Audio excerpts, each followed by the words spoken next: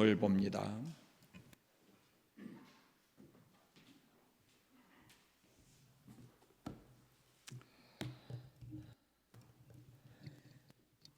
(6절에서부터) (10절) 말씀까지 갈라디아서 2장 6절에서 10절까지 말씀입니다.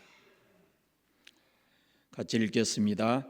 유력하다는 이들 중에 본래 어떤 이들이든지 내게 상관이 없으며 하나님은 사람을 외모로 취하지 아니하시나니 저 유력한 이들은 내게 의무를 더하여 준 것이 없고 도리어 그들은 내가 무할례자들에게 복음 전함을 맡은 것은 베드로가 할례자에게 맡음과 같은 것을 보았고 베드로에게 역사하사 그를 할례자의 사도로 삼으신 이가 또한 내게 역사하사 나를 이방인의 사도로 삼으셨느니라. 또 기둥같이 여기는 야고보와 게바와 요한도 내게 주신 은혜를 알므로 나와 바나바에게 친교의 악수를 하였으니 우리는 이방인에게로 그들은 할례자에게로 가게 하려 함이라. 다만 우리에게 가난한 자들을 기억하도록 부탁하였으니 이것은 나도 본래부터 힘써 행하여 왔노라. 아멘.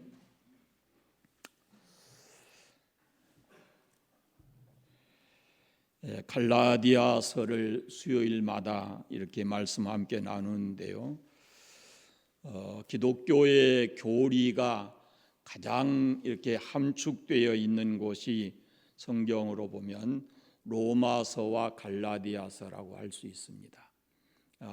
이게 로마서를 볼 수 있는 기회가 있을지는 모르지만 이 갈라디아서를 공부하고 나서 여러분들이 기독교의 그 신앙의 기둥이 견고하게 세워지기를 바랍니다.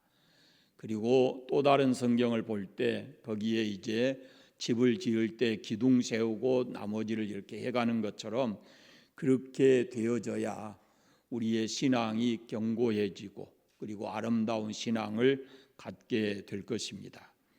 오늘 말씀은 신앙인의 본질에 대해서 우리가 한 번쯤은 생각해 볼 말씀입니다. 신앙은 수직적인 관계하고 수평적 관계가 바로 되어야 합니다. 십자가를 통해서 우리가 이걸 제가 여러 번 말씀드렸는데 신앙은 먼저 하나님과의 관계입니다. 그러니까 하나님 앞에 우리가 바른 신앙을 가지고 바르게 살아가야 되는 것이고 그 다음에는 사람과의 관계도 중요합니다. 이 하나님과의 수직적 관계가 바로 되고 사람과의 수평적 관계가 바로 되어야 그것이 올바른 신앙이 되는 겁니다. 수직과 수평의 관계가 이것이 균형이 이루어져야 돼요. 그런데 가끔은 성도들 중에 하나님과의 관계는 바로 된 것 같은데 이 사람과의 관계가 잘못되어 있는 그런 경우를 볼 수가 있습니다. 이런 사람은 자칫 그 신앙이 이렇게 손가락질 받고 비판받을 수 있는 그런 경우가 생기는 거예요. 또 하나는 반대의 경우 사람과의 관계만 아주 열심히 하고 하나님과의 관계를 소홀히 하는 그런 사람도 있어요. 그런데 이런 사람은 자칫 이제 신앙이 통째로 무너질 수 있는 그런 상태입니다. 그래서 수직 관계하고 수평 관계가 이것이 균형을 이루어야 우리의 신앙이 온전할 수 있습니다. 나와 하나님과의 관계, 이것은 수직적 관계인데 이것은 개인 관계지요. 개인 관계. 내가 하나님 앞에 나아가서 내 영혼의 문제, 내 삶의 문제 이런 것을 하나님과 나와의 관계 속에서 해결하는 것, 그것이 수직 관계입니다. 나와 하나님과의 관계거든요. 여러분 사람마다 취향이 다르잖아요. 좋아하는 것들이 다 달라요. 여러분은 무엇을 좋아하고 그 좋아하는 것도 또 때가 되면은 바뀌잖아요. 근데 지금 좋아하는 것을 언제까지 좋아할 것 같습니까? 지금 내가 좋아하는 것, 그것을 언제까지 좋아할 수 있을 것 같아요? 이 세상에 있는 모든 것들이 유효기간이 있어요. 유효기간이. 예를 들어서 우리가 우유를 사면은 이건 언제 만들었고 언제까지가 기간이다, 이런 게 나와 있잖아요. 그런데 사람은 출생 연도는 있어요. 그런데 이게 이 사람이라는 것이 언제까지 유효 기간인지 그건 아무도 몰라요. 자기 자신도 모른단 말이죠. 그런데 반드시 끝이 있어요. 그런데 살아가면서 보면은 지금 좋아하고 지금 중요하게 생각하던 것이 내가 죽음을 앞에 놓고 있는 그 순간에도 변함없이 그것을 좋아할 수 있는가? 거기에 최고의 가치를 부여하고 우리가 살아갈 수 있는가라는 겁니다. 신앙 외에 다른 것이. 그때가 되면은 내가 소중하게 여겼던 것들이 소중하지 않을 수도 있고, 그렇게 그걸 움켜잡으려고 애를 썼는데 그때가 되면은 손을 펴서 놔야 될 때도 있어요. 그때가 되면은 내 앞에 놓인 가장 중요한 문제가 뭐냐면은 다른 사람과의 관계가 아니에요. 그때는 하나님과 나와의 관계가 가장 중요한 관계가 됩니다. 마지막 순간에는 수직관계, 하나님과 나와의 관계가 가장 중요한 거예요. 그보다 더 중요한 것이 없어요. 하나님과 나와의 관계는 그래서 개인적인 관계입니다. 동시에 신앙은 다른 사람과의 관계도 잘해야 합니다. 예수님께서 말씀하시잖아요. 첫째는 이것이니, 그러고 마음과 뜻과 마음을 다하고 목숨 다하고 뜻을 다하고 힘을 다해서 하나님 사랑하고, 둘째는 내 이웃을 내 몸과 같이, 내 자신과 같이 사랑하라 그랬어요. 그러니까 하나님 사랑하는 것과 이웃 사랑하는 것이 조화를 이루어야 된다라고 예수님이 말씀하시는 거예요. 이 하나님과의 관계는 절대적 관계입니다. 이것은 우리 개인적으로 보면 절대적 관계예요. 이것은 이 관계는 성경의 이 갈라디아서를 보면은 계시적 관계예요. 그리고 사람과의 관계는 상대적인 관계고 현실적인 관계라 그렇게 말할 수가 있어요. 앞서 우리가 1장에서 보았습니다마는 하나님으로부터 받은 말씀을 받은 것은 계시적인 사건이에요. 우리가 예수 그리스도를 우리의 구주로 알고 믿게 되고 하는 이런 모든 것들은 이것은 우리의 지식을 가지고 되는 게 아니고 하나님이 우리에게 그런 영을 주시고 그분이 나의 구주다, 나를 위해서 십자가에 죽으셨다라는 것을 믿게 만들어 주시는 것이 그것이 하나님의 은혜의 계시예요. 그래서 1장 12절에 바울이 이렇게 말합니다. 이는 내가 사람에게서 배운 것도 받은 것도 아니요 배운 것도 아니요 예수 그리스도의 계시로 말미암은 것이라 그랬습니다. 이것이 하나님과 나와의 관계 속에서 신앙의 본질입니다. 교회를 오래 다녔다고 해서 반드시 이 신앙을 깊이 갖는 게 아니에요. 많이 배운 사람이라고 빨리 그 신앙을 깊이 깨닫는 게 아니에요.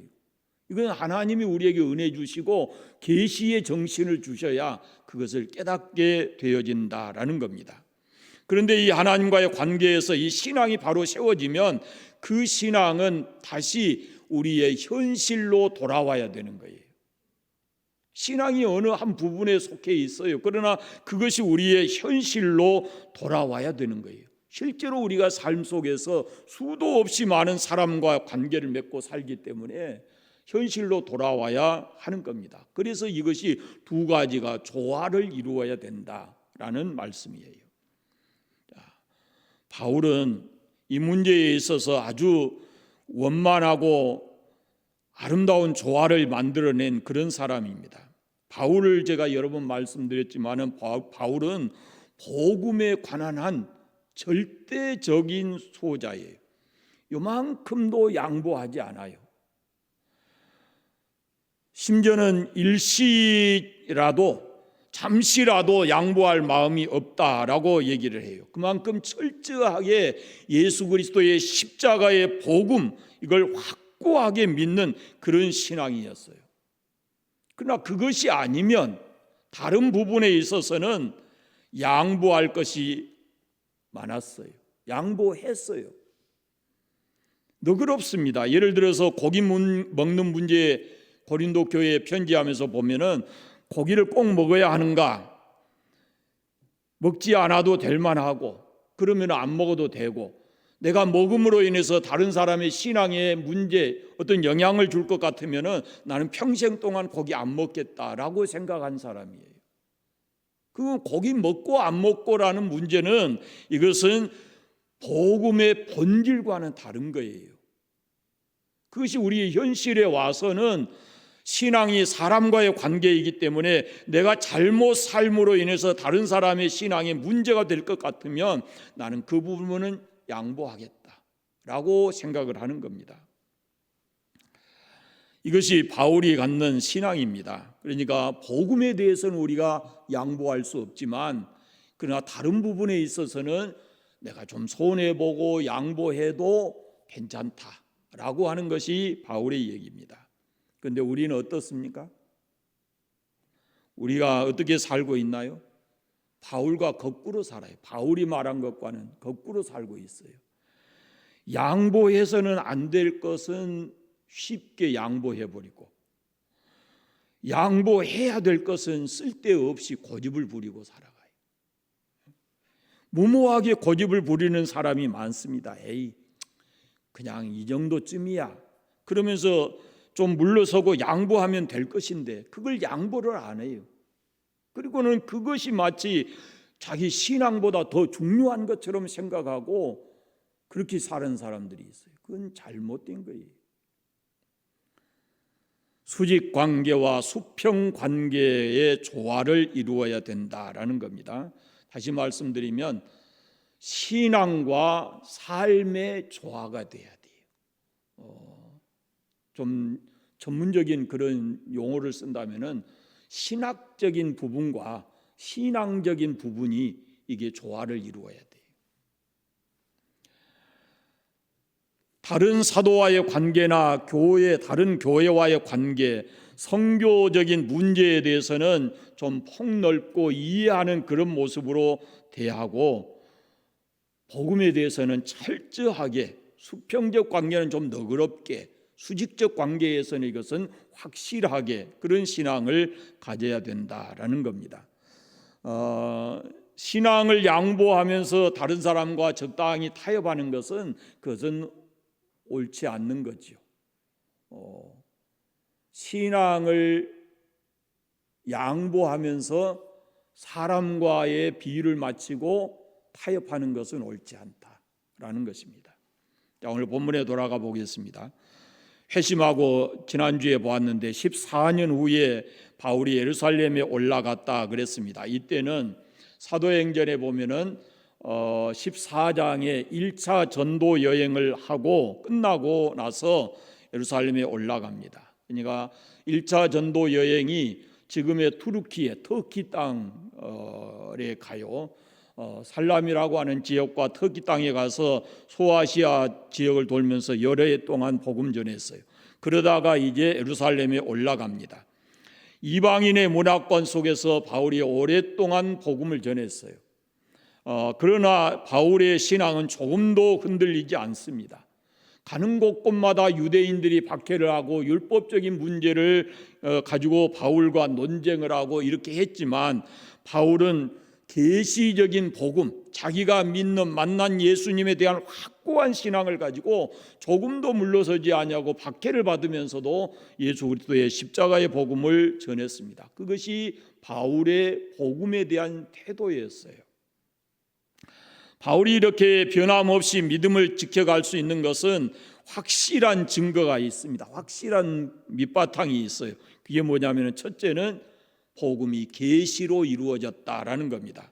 사람에게서 받은 것도 아니고 배운 것도 아니고 사람으로 말미암은 것도 아니고 예수 그리스도의 계시로 내가 직접 이 복음을 받았다라는 그 확증 때문이에요. 또 하나가 뭐냐면은 직접 체험을 했습니다. 신앙은 체험이 동반되면 더 확실하다라고 말씀드렸는데, 이 체험이라는 것이 여러 가지가 있거든요. 개인적인 다 체험의 그 질이 다른 거거든요. 환상을 본 사람도 있고, 방언의 체험을 한 사람도 있고, 병 고침을 받아본 사람도 있고, 남의 병을 고쳐본 사람도 있을 것이고, 신앙을 통해서 또 아니면 사업을 통해서 하나님의 그 체험을 경험한 사람도 있을 것이고, 다양한 생활 속에서 하나님이 나와 함께 계시고 이것이 하나님 주신 은혜다라고 체험한 사람들이 많이 있을 거예요. 직접 바울은 자기 몸으로 부딪혀서 십자가에 달리신 예수님을 만나고 체험했기 때문에 그 신앙이 외부에서 어떤 박해를 한다든지 다른 문화권 속에 간다든지 그래도 흔들림이 없이 그 복음을 붙들고 있었던 거예요. 그리고 그 복음을 전했고, 또 하나가 뭐냐면은 자기 복음, 자기가 체험한 그것을 신앙적으로 확고하게 기둥을 세운 거죠. 지난번에 말씀드렸습니다. 바울이 회심한 후에 맨 먼저 간 곳이 어디예요? 바울이 회심한 후에 맨 먼저 간 곳.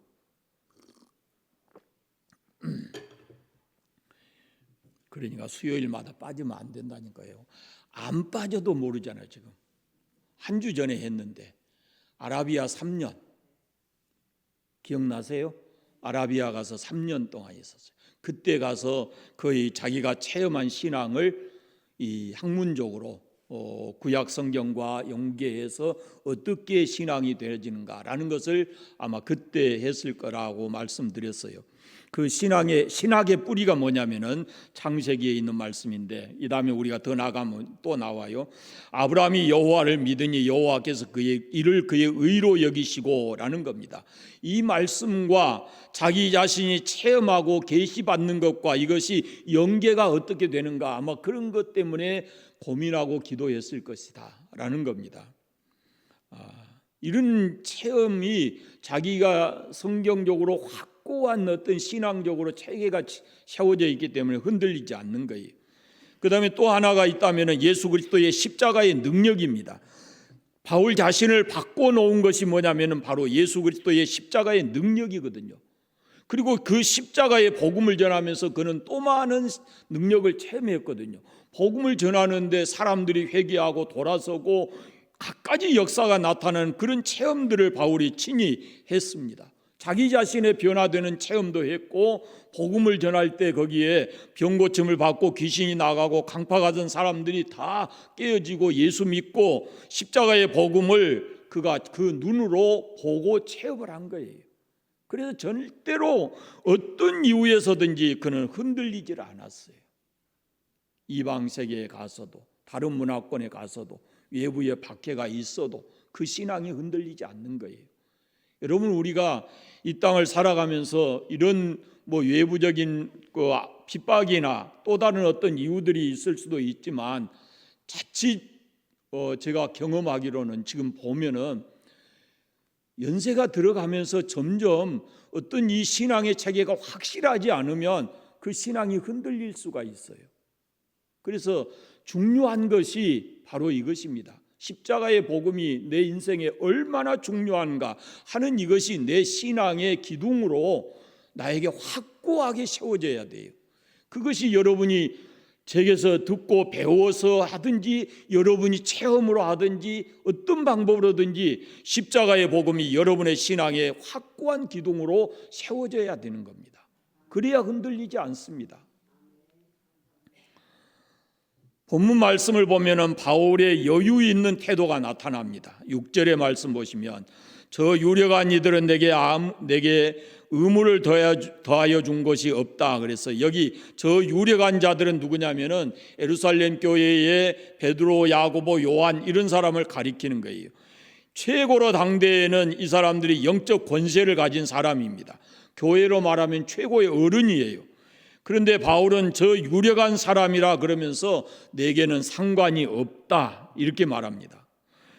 내가 전하는 복음은 그들과 아무 상관이 없다 그 말이. 그들에게서 내가 배운 것도 아니고 그들에게 쓰는 것도 아니다라는 겁니다. 그러면서 덧붙인 말씀이 하나님은 사람을 외모로 취하지 않는다라고 말씀해요. 베드로가 예수님 곁에 3년 동안 있어서 수제자이기 때문에 더 크게 본 것도 아니고, 키 작은 바울, 그리고 변방에서 핍박하다가 예수님 만난 바울을 작게 보지도 않는다는 거죠. 중요한 것은 뭐냐면 그가 과거에 어떤 사람이었느냐라는 것이 중요한 게 아니고 지금 그가 예수 그리스도를 확고하게 믿느냐라는 것이 중요한 것입니다. 베드로는 예수님의 제자로서 예수님 가장 측근에 있는 사람이에요. 바울은 그 예수 믿는 사람들을 박해했던 사람이에요. 외적으로 보면은 훨씬 더 이 베드로가 위대하고 커 보이고 하나님이 크게 쓰실 수 있는 그런 사람인 것 같아요. 그러나 하나님은 사람을 외모로 판단하지 않는다라고 말씀을 하는 겁니다. 유력한 이들은 내게 의무를 더해 준 것이 없다, 이렇게 말씀하는 거예요. 이 유력한 사람들과 자신을 비교하면서 같은 점 다른 점을 지금 오늘 말씀에 하고 있어요. 그러니까 차이점이 있지만 동시에 하나다라는 것을 역사합니다. 첫째는 역사하는 분이 같다라고 말씀해요. 8절을 보십시오. 베드로에게 역사하고 내게도 역사하고, 역사하는 분이 같습니다. 베드로 안에서 역사하고 바울 안에서도 역사합니다. 베드로도 심부름꾼이고 바울도 심부름꾼입니다. 둘 다 하나님께로부터 하나님이 일하게 하시는 심부름꾼이다, 그런 말입니다. 베드로 안에서 역사하시는 분이나 바울 안에서 역사하시는 분이나 한 분이시다라는 겁니다. 그리고 맡은 일도 같다라고 말합니다. 7절에 보시면 복음 전함을 맡았다, 이렇게 말씀을 해요. 같은 것을 맡았다, 이렇게 표현을 하는 겁니다. 베드로에게도 맡기시고 바울에게도 맡기셨다는 겁니다. 복음 전하는 일을 맡긴 분은 한 분이신데 역사하는 분도 한 분이고 일을 맡기신 분도 한 분이고, 마치 주인이 종들에게 너는 이것을 하고 너는 이것을 하라 하듯이 하나님께서 이 바울에게 베드로에게 각각 다른 일을 맡기셨다라는 겁니다. 그러나 맡기신 분은 한 분이라는 거예요. 누가 어떤 일을 맡았든지 그건 맡기신 분이 한 분이시다라고 얘기를 하는 겁니다. 그 다음에 9절에 보시면 내게 주신 은혜를 알므로, 이런 표현이 있어요. 은혜를 주신 분이 한 분입니다. 은혜 받은 사람은 여러 사람이지만 은혜 주시는 분은 한 분이십니다. 은혜를 주셨기 때문에 우리가 영역도 있고 지혜도 있고 하나님의 일을 할 수 있는 힘도 있는 겁니다. 모든 것이 하나님이 주시는 은혜지요. 은혜를 주신 분은 하나님 한 분이셔요. 은혜를 주신 분이 한 분이기 때문에 그 은혜를 받고 서로 같은 지체로서 다른 일을 하지만 우리 모두가 다 하나다. 이것은 또 에베소 교회론에 가서 보면 거의 분명하게 기록되어 있습니다. 우리 모두가 한 주님을 만나고 한 주님을 섬기는 일꾼들이다라는 겁니다. 우리를 부르신 분이 한 분이시고 우리 안에서 역사하시는 분이 한 분이시고 우리에게 주의 복음을 전하게 하신 분이 한 분이시고 머리는 하나고 그 안에 있는 많은 지체가 있을 뿐이다 라고 얘기를 하는 겁니다. 이게 지금 복음의 내용이거든요. 그 다음에 또 다음으로는 차이점이 있어요. 차이점이 하나이지만 다른 것이 있습니다. 일을 맡기신 분은 한 분이시지만 일을 맡은 사람이 각각 다릅니다. 오늘 본문에는 베드로가 있고 바울이 있지 않습니까? 하나님 마음대로 맡기십니다. 너에게는 이 일을 내가 맡기겠다, 너는 이 일을 내가 맡기겠다, 그러는 겁니다. 이사야서나 에레미야서에 보면은 토기장이의 비유가 나와요. 토기장이가 그릇을 만들 때 그렇습니다. 흙을 빚어서 이번에는 내가 어떤 그릇을 만들어야지, 이번에는 내가 어떤 그릇을 만들어야지, 그렇게 해서 이 그릇을 만듭니다. 꽃병을 만들든지 다른 항아리를 만들든지 그것은 만드는 사람의 마음이거든요. 그런데 나는 왜 항아리가 됐습니까? 나는 왜 뚝배기가 됐습니까? 이렇게 말해서는 안 된다는 거예요. 그 주인의 마음이거든요. 주인. 우리가 그 점을 알아야 돼요. 일을 우리에게 맡기신 분은 하나님이신데 일을 맡은 우리는 사람은 다릅니다. 베드로는 갈릴리에서 태어났고 사도 바울은 길리기아 다소에서 태어났습니다. 서로 자라난 배경이 다릅니다. 두 사람이 주님을 만난 것도 다릅니다. 그러나 우리는 그리스도 안에서 하나이기 때문에 같은 은혜를 입었기 때문에 주님의 역사를 위해서 함께 섬기며 일하고 있는 것입니다. 그러나 우리가 일하는 것의 궁극적인 목적은 뭐냐면은 하나님 나라를 이 땅에 세우는 겁니다. 그게 궁극적인 목적입니다. 사도 바울과 베드로는 일하는 곳이 다릅니다. 바울은 이방 사람들을 위해서 일했고 베드로는 유대 사람들을 위해서 일했습니다. 사도 바울은 할례 받지 못한 사람을 위해서 일했고 베드로는 할례 받은 사람을 위해서 일한다라고 여기 말씀하고 있습니다. 지역이 다릅니다. 대상이 다릅니다. 문화가 다르고 종교적 배경이 다릅니다. 유대인들은 히브리적 사고가 있고 그 속에 하느님이라고 하는 그런 개념이 있습니다. 그러나 이방 사람들은 우상을 섬기는 종교적인 배경을 가지고 있어요. 그러니까 서로 다른 곳에서 이렇게 일을 하는 겁니다. 우리가 다 죄인이었지만 예수 그리스도를 믿음으로 우리가 구원받았다라는 것은 같습니다. 우리가 다 달라요. 다 다르지만 우리는 예수 그리스도를 믿음으로 구원받습니다. 같은 주를 믿습니다, 지금. 그리고 같은 소망을 가지고 살아갑니다. 우리가 바라보는 방향이 같습니다. 가는 길이 같습니다. 이 땅에 사는 동안에는 주님의 일꾼으로서 각각 다른 일을 하지만 우리가 마침내는 하나님의 나라로 가는 그 길은 같은 겁니다. 저는 목회자로서 일하면서 하나님 나라를 향해서 가고 여러분은 성도로서 교회를 섬기면서 하나님 나라를 가는 겁니다. 여기에 남녀가 있을 수 없고 먼저 믿고 나중 믿고가 소용이 없어요. 내게 주어진 그 일을 성실하게 하면 되는 겁니다. 9절 말씀에 다시 보시면 내게 주신 은혜를 알므로 이렇게 표현했습니다. 내게 주신 은혜가 중요하면 다른 사람에게 주신 은혜도 중요한 겁니다. 내게 주신 직책이 중요하면 다른 사람이 받은 직책도 중요합니다. 내게 주신 기능이 중요하면 다른 사람의 기능도 중요하고 은사도 마찬가지입니다. 모두가 다 중요합니다. 손과 발이 다 중요합니다. 고린도서에 보면은 이것을 더 자세히 얘기를 해놓았어요. 다 중요합니다. 하나가 아니라 모든 지체가 다 중요한 겁니다. 그 모든 지체가 하나 돼서 하나님의 나라를 완성해 가는 것이기 때문에 그렇습니다. 바울은 내게 주신 은혜를 알므로 이렇게 했는데 베드로에게 주신 은혜와 사명이 있고 내게 주신 은혜와 사명이 있다는 것을 그는 알았습니다. 그럼 서로 이렇게 주신 은혜가 다르고 사명이 다르다라는 것을 알면 어떻게 해야 되겠어요? 상대를 이해해야 되고 서로 존경해야 되고 그것을 받아들여야 되고 협력해야 된다라는 것입니다. 9절 말씀에 또 보십시오. 또 기둥같이 여기는 야고보와 게바와 요한 이런 말이 있습니다. 이 세 사람이 예루살렘 교회의 핵심 멤버요 기둥이었습니다. 여기 야고보는 예수님의 제자가 아니라 예수님의 동생 야고보입니다. 이들이 예루살렘 교회의 기둥이었어요. 그런데 그들이 서로 그들과 서로 친교의 악수를 나누었다 그랬습니다. 우리가 코로나 온 뒤로 서로 악수를 못 하는데요.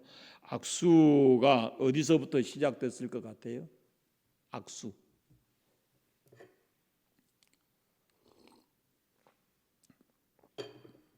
악수는 원래 페르시아에서 시작이 됐다고 합니다. 배경이 이렇습니다. 서로 전쟁을 하는데 아무리 싸워도 승부가 나지 않습니다. 이렇게 싸우다가는 양쪽 다 죽고 없어질 것 같아요. 그래서 한쪽에서 우리가 서로 비슷한데 이러다가 다 죽게 생겼으니까 그만 싸웁시다. 그러고 화해하는 뜻으로 한쪽에서 이렇게 손을 내밀었어요. 그래서 상대편이 잡았어요. 그 손을. 그것이 악수의 유래입니다. 이 악수는 사실은 이런 겁니다. 너와 내가 같다. 너와 내가 평등하다. 그런 의미가 악수예요. 그러면은 생각해 보세요. 윗사람이 있고 아랫사람이 있어요. 그럼 악수는 누가 먼저 해야 됩니까? 누가 손을 내밀어야 돼요? 윗사람이 내밀어야죠. 아랫사람이 내미는 것은 이것은 A가 아니에요. 두 사람이 평등해지려면 윗사람이 내려와야 평등해지죠. 아랫사람이 어떻게 올라가요? 아랫사람이 윗사람에게 청하는 것은 그 무례한 행위가 되는 거죠. 한마디로 말하면 악수는 평등, 평화적 관계를 유지하는 그런 친교, 그런 의미가 있어요. 친교의 악수를 했다 그 말입니다. 지금 누가? 바울과 예루살렘 교회의 기둥과 같은 야고보, 게바, 요한 이런 사람과 서로 악수를 했다 그 말입니다. 그건 우리가 같다 그 말이에요. 다시 말씀드리면 이방의 복음을 전하는 사도 바울이나 유대인에게 복음을 전하는 이 예루살렘 교회의 기둥과 같은 사람들이나 이 사람들이 복음 안에서 예수 그리스도 안에서는 우리가 서로 같다, 평등하다 그렇게 얘기를 하는 겁니다. 어제 저녁인가 또 보고 오늘 교회 오기 전에 조금 전에도 봤는데 요즘에 그 학자들이 나와서 세계사라든지 우리나라 역사에 대해서 하는 게 있어요. 바로 어제 저녁에 하는 게 뭐냐면은 기독교가 어떻게 로마에 들어가고 세계화 됐는가 그것을 얘기하는데요. 굉장히 그냥 기독교인의 입장에서 보면 저 같은 경우는 보면은 그냥 익히 잘 알 수 있는 얘기를 쭉 하는 거예요. 그런데 거기 앉아 있는 젊은 사람들은 몰라요. 5사람이 앉아 있는데 외국인 2사람을 비롯해서 한국의 사람들이 3사람 앉았는데 이제 30대 이 사람들이 기독교에 대해서 너무 모르는 거예요. 무지해요. 어렸을 때 교회도 다니고 성당도 다녔다고 하는데 그걸 잘 모르더라고요. 좀 그런 면이 좀 안타깝다라는 생각이 들어요. 그러면은 조금 교회를 다녔을지라도 예수 그리스도를 믿는 것이 이 복음이라는 게 도대체 뭔가라는 것을 좀 더 확실하게 알고 믿으면 신앙에 흔들림이 없이 끝까지 십자가 붙들고 살아갈 것 아닌가라는 생각을 합니다. 여러분, 에베소서를 보면 교회는 하나다라고 말씀을 해요. 그런데 교회는 다양성을 가지고 있습니다. 복음은 하나예요. 그러나 그 복음 전하는 사람이 많을 수 있고 사람마다 복음을 전하는 방법은 다를 수 있어요. 그러나 전하는 것은 다르고 사람은 다르지만 복음은 하나다라는 것을 우리가 잊지 않아야 됩니다. 그래서 서로 협력해서 하나님의 뜻인 하나님의 나라를 이 땅에 이루어가는 그런 교회가 되고 그런 우리의 신앙이 되어야 된다라는 것입니다.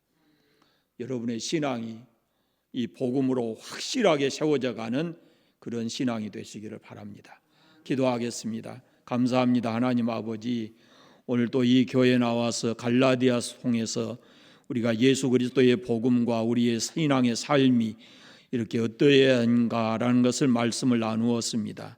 우리 관산교회에 속한 모든 성도들이 십자가의 복음 위에 굳게 세워지게 하시고 그 신앙이 삶을 통해서 이렇게 모든 사람과 더불어 화목하고 친교하며 살아갈 수 있도록 은혜 주시기를 간절히 원하옵고 기도합니다.